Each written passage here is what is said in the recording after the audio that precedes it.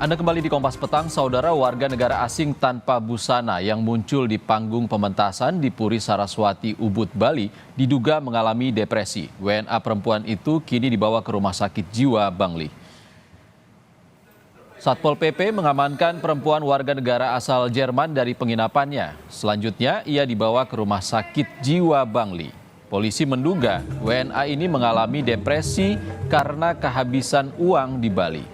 Selanjutnya, polisi akan berkoordinasi dengan imigrasi untuk menindaklanjuti perbuatan WNA itu.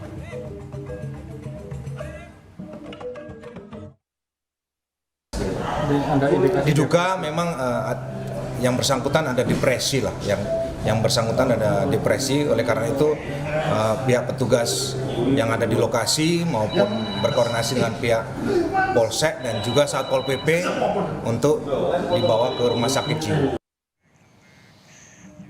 Sebelumnya, saudara, Senin malam di Puri Saraswati, Ubud, Gianyar, pengunjung dikejutkan dengan seorang warga negara asing asal Jerman tiba-tiba naik ke atas panggung pementasan tanpa menggunakan pakaian.